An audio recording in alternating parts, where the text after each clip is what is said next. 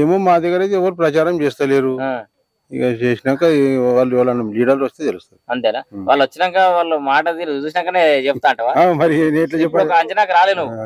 ఇప్పుడు బీజేపీ పూగుర్తు మోడీ ఇంకా బీజేపీ అయితే రాదు. రాదా? వస్తే కాంగ్రెస్ టీఆర్ఎస్ ఉండే రెండు ఏదైనా ఒకటే. ఎందుకు పువ్వు గుర్తు రా అంటే మోడీ బాగా నడుస్తుంది. రాదు రాదు అయ్యో మా దగ్గర వేయరు. ఎందుకే? మోడీ అంతా పలుకుబడి ఏం లేదు మోడీది. ఇక్కడ పక్క ఏం లేదు.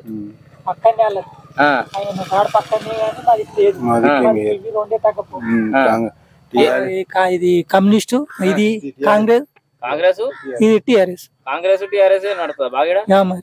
ఈ ఇద్దరి మధ్యలో పోటీ ఉంటది. ఇద్దరి మధ్యలో ఇక్కడ ఎక్కువ.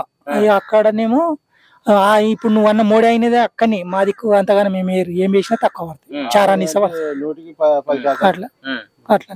ఇప్పుడు మీ ఊరు ఇక్కడ పక్క మీది ఏ మండలం? ఇది ముసాపేట, ఇది నర్సాపూర్ మండల్. నర్సాపూర్ మండల్, నర్సాపూర్ కానేసి. ఇక్కడ పక్క మొత్తం మోడీ ఏం నడతలే అంటూ ఎక్కువ ఏం నడవు సార్.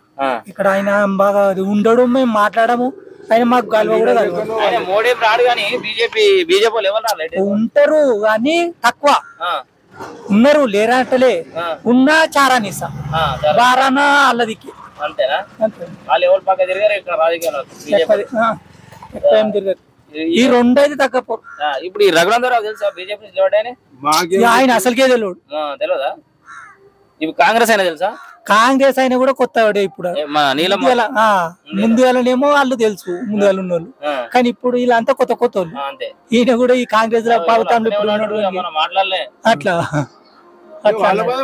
మీరు అనగా వినబడ్డట్టు చెప్తున్నాడు.